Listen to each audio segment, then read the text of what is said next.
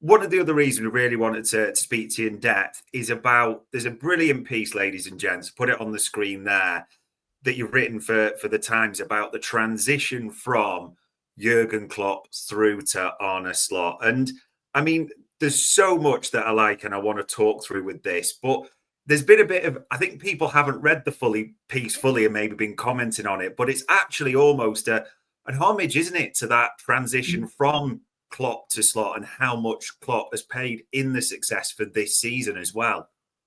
Yeah, it is. I mean, look, you can see the headline. I mean, it's and as all journalists will tell you, we don't write the headlines. It's a provocative headline to try and get people to read it, I suppose. But that headline does suggest that it might be critical of Jurgen Klopp. And I kind of compounded matters for myself by a kind of ineptly worded tweet on Sunday morning trying to publicize the article. I mean, I'm just, we all have skill sets, and I'm better over 2,000 words than I am over 200 characters. That's just me. But anyway, what I am getting at in that the headline does convey is, I wouldn't say I'm second to no one, but I couldn't have Jurgen Klopp higher in my estimation for the job that he did for Liverpool. Yeah. I witnessed it from start to finish, and it's one of the great jobs that anyone's done with a football club in England. But watching this season, there's been a sort of a question mark forming, like for a lot of us, I think, that thought Jurgen was amazing, which is like, but it's really good now. In fact, Arne Slot's doing better. So how can it be that he was so good, but the next guy's actually doing better? And we don't see many transitions in football where a great manager departs and then the successor is able to further the work. I'm struggling for comparisons. Maybe when Capello took over from Sacchi at Milan, that was a bit of a comparison. But Milan were this absolute machine at the time, the best team in the world. And Liverpool weren't the best team in the world last season. Liverpool were being built back up brilliantly by Jurgen, but they weren't by any means the best team in the world. So, and then I think the other, of course, in Liverpool's own history, there's the transition from Bill Shankly to Bob Paisley, which was as good as it gets in terms of one man building on another one's work. But there's a difference. First of all, of course, Paisley was Shankly's successor, assistant for 15 years, 14 years, or whatever it was. So he was part of the previous success. But also, although the transition worked out for Liverpool, it didn't really work out for Bill Shankly very well, which I wrote about in my piece. That on a personal level for him, it wasn't. He found it difficult. It wasn't what he necessarily wanted. Not that he didn't want Liverpool to be successful, but he wanted to still be there. And what's different and unique about this is that I think this transition has worked out for Arne Slot. It's working out for Liverpool Football Club. And it's working out for Jurgen Klopp because this is what he wanted. He went at what he thought was the right time, and he wanted Liverpool to go on and do what they've done this season. Yeah, and it does really shine throughout the piece. There's a few bits that I do want to ask you about that kind of fascinating when you delve into them. One of the things that may surprise people is we've seen Arne Slot obviously sing the Jurgen Klopp song. We know how almost Arne Slot was introduced to us.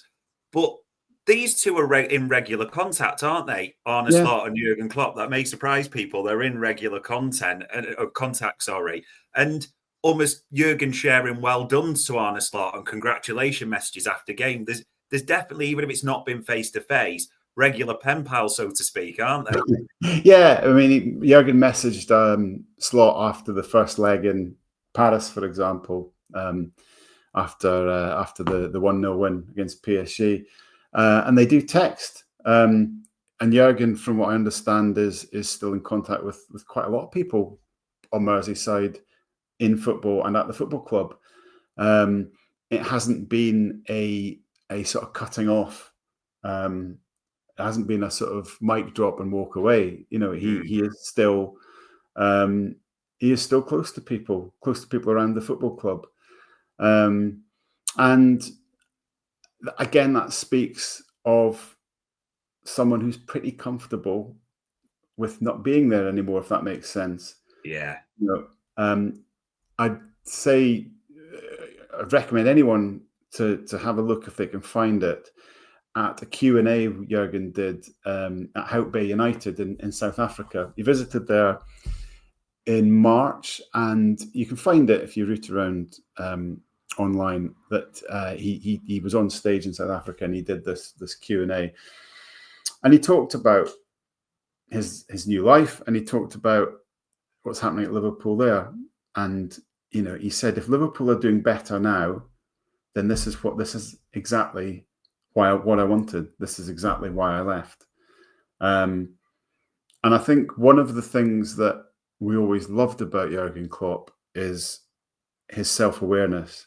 Yeah. He was never a manager that seemed to take himself too seriously. He often joked about himself or about the job, the absurdity of football sometimes, when he was doing the job. And I think that self-awareness has been of a huge advantage to Liverpool now, because it's rare that you get a great champion, and certainly manager, who knows when it's time to walk away. In the boxing world, for example, you see people fighting on too long. It's hard to acknowledge and have that self-knowledge that it's time for me to step back. But he did it, didn't he? And if you think back to his when he announced he was leaving back in January 24,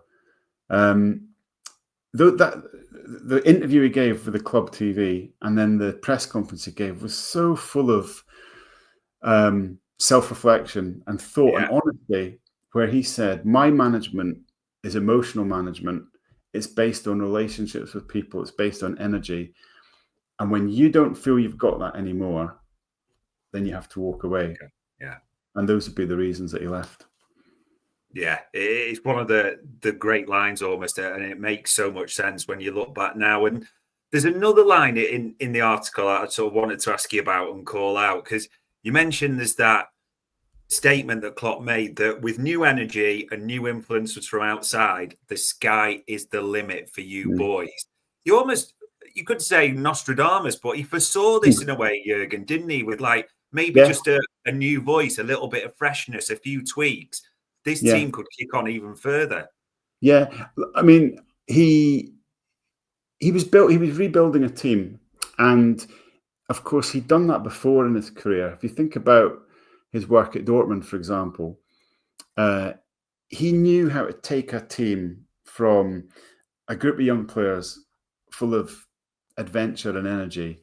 Yeah. If you think about that Dortmund team, for example, with a young Lewandowski and Goetze and Nuri Sahin and all that stuff, and turn them over a period of years into a more efficient title-winning kind of entity. They did that again with Liverpool in 2017-18, when he creates, from 2016 really to 2018, that phase of bringing the team together, getting the band together, Mane, Salah, and then after Van Dijk and Alisson and all that kind of stuff. And that 2018 Liverpool was so roller coaster. It was brilliant in moments, but it finished fourth in the league. Yeah. But he knew how to turn that team into the machine that won everything in 2019 and 2020. And when you look back at Liverpool now, there's enough time to kind of has passed to analyse, I guess, the last couple of years of his reign. And what you see is a pretty disastrous 2022-23. Yeah. Lowest ever points total under Jurgen. I think the lowest goal total, fifth in the league, lowest finish anyway. Out of Europe in the round of 16. A really disappointing season by his standards, and he rebuilds. That final season, Liverpool go from having the third oldest team in the league to the eighth youngest team. And the Carabao Cup final is the biggest representation of that, with the kids on the pitch, and the kids on the bench, even younger kids on the bench. But also the players that were already coming into the first team in the league on a more regular basis.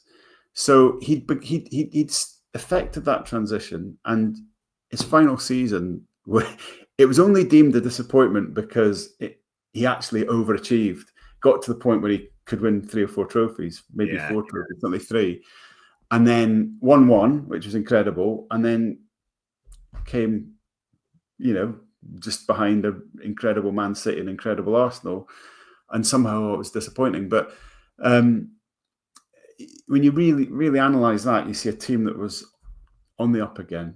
So as he said, he knew what point they were at in their development, and they needed that little bit of fresh ideas, fresh thinking, and maybe a new source of energy. And he told the players that in the dressing room on the final day last season. And that's where he told them the sky's the limit for you boys. So his last team talk was actually the first team talk of the Arne Slot era, if you want to put it that way. The first team talk of this season was delivered by Jürgen Klopp on the last day of last season.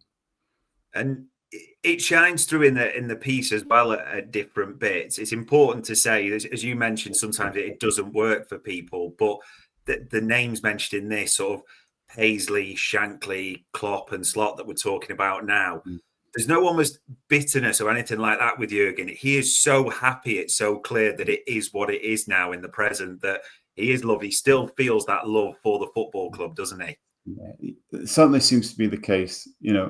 I haven't spoken to him directly, but I've spoken to people who know him well, and they, the message that keeps coming back about Jurgen is he's pretty happy with life. If you can look, I spent probably a bit too much time looking at his Instagram last week, but it's like looking at, it's like your dad on a gap year, if you know what I mean. Yeah. Having the time of his life. Here he is in Tokyo, and he's in Brazil now, and it's in New York, and the amount he put into being a football manager, the amount of himself he expended, the amount they all have to expend, it drains you. It drains you. Arne Slot's about 15 years younger than Jurgen. In 15 years' time, he might feel like Jurgen felt last year. You look at Pep Guardiola this year, and the toils he's had trying to dig deep again and trying to fix something that's a problem. I mean, very few can go on and on and on and on. And I don't personally think he's going to be back managing a big club. I might be wrong. But it's not impossible, because having had a break, he might feel refreshed again. But I think what was impossible for him was to give another year to Liverpool at the emotional pitch, at the pitch of energy that was always a hallmark of his management. And it's to his credit that he didn't sort of say to himself, well, I'll stay on as manager. I'll do a little bit less. That's not him. No, it really isn't. And it does look good, actually, when you see all the photos. He actually looks younger on his Instagram more than anything. You see that just revitalized in a different way. And I mean, speaking of revitalized, it is important because the piece is also, which is brilliant, about Arne Slot and the changes he's made. And almost, I suppose, summarizing those a little bit from the article, it's about the big changes, the control during games, the injury rates, and also getting more out of individuals, the stars, if you want to call them that as well, the Van Dijks, the Salahs of this world. Those are sort of the key 3 changes, aren't they, that come through in the article? They are. I mean, look, the other piece of the jigsaw here is what's happened at the club. So you had the return of Michael Edwards and the arrival of Richard Hughes. Now, I don't think Edwards would have come back necessarily had Jurgen been there, because he'd sort of become almost too big for a sporting director. He was looking for a different challenge, and Jurgen had become so big as a figure that he was no longer a young head coach. He was a manager, almost the old-fashioned manager. So I think, but him leaving gave Liverpool, and telling Mike Gordon early in last season, gave Liverpool time to think about what the club should look like going forward, which enabled Gordon to bring Michael Edwards back, and they had time to try and plan a successor. And as we know, Liverpool and don't leave any stone unturned when they're signing a player or looking for a coach. They did all the data analysis, did all the research. And the things that we see Arne Slot doing are the things that were identified. The injury prevention, really, really, 95% availability rate when he was at Feyenoord, all that kind of stuff. Big feature of his management. The ability to improve players, that was seen in his work at Feyenoord, where, without the most talented squad and something like the most expensively assembled squad, he won Dutch titles and he improved individual players. He turned them into, and Richard Hughes himself at Bournemouth was scouting and signing quite a few of those Feyenoord players. So I had seen firsthand the improvement he brings to players. And then there's the tactical model and all that kind of stuff. And I think that's what we've seen on the pitch this year. It's been a fascinating mix between keeping some of Jurgen's ideas, but adding a more possession-based, positional, maybe patient approach, maybe slightly more Dutch approach with the greater width. One thing that struck me was that Liverpool are now second for build-up attacks, but they're still second for direct attacks, which is where they've been under Jurgen. So there's a fusing of the two sort of philosophies. And then you look at the individual players, where you could look at younger players or you could look at the established stars. Van Dijk being given more playmaking responsibilities. Mo with this sort of slightly different shape of the team, which gives him more space out on the right. Having a number 10 in there gives opposition something to worry about in the middle, gives him a bit more license. They can't really double up on him as easily as before. Getting in the box more than he's ever done in terms of touches. And, Trent, improvements in his one-on-one defending, because Arne Slot's big on one-on-one coaching. The Gravenberch revolution, whatever you want to call it. There's been lots of those individual stories as well. And I think that allied to that greater control has helped the team, and Arne Slot wants more control going forward. And this is what's going to be interesting, where it goes from here. But he's talked a lot about wanting to create a team that will go 2 or 3 goals up. Like City, like City, exactly that, Dave. Yeah, that's it. That Pete Guardiola team, where the game was over after half an hour, 3-0, and then they rested for the rest of the match. That's what he would love to create at Liverpool. So we'll see where he goes. I mean, the final thing I'm supposed to add, and this is also like, amazing as Arne Slot's been, this isn't quite his team yet. Okay. So, and it was sort of put to me by a very experienced sort of person who's worked in football, that the first year of a new manager, they said, you always have to hold a little bit of judgment back, because the first year of a new manager is always a sweet spot between their style and the previous guy's style. And use the example of Everton when David Moyes left and Roberto Martinez arrived. And that first year of Martinez looked incredible. It was like they had Moyes' the defensive qualities and organisation and the great characters he had in the team, but he'd loosened up the attack and it looked amazing for a while. But once the Moyes factor rubbed off, it didn't work for Martinez. I'm not saying that's going to happen at Liverpool. I don't believe that's going to happen. I believe Arne Slot is a fantastic coach and will keep developing the team. But let's just see how next year looks, because and we might get onto this, but it might be more transitional than we think.